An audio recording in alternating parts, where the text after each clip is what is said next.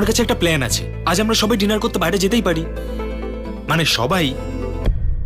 আচ্ছা, এবার নতুন নতুন উপায় বের করছো। সবাই বলে শুধু যামিনীকে নিয়ে যেতে চাইছো, আমি তার পারমিশন দিচ্ছি না।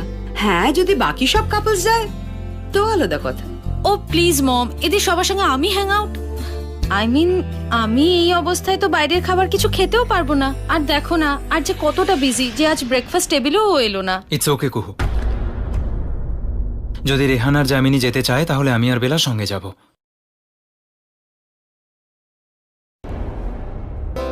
জামিনী বসো। আরে মাহির ভাই বসো না, সিট সিট, বসে পড়ো।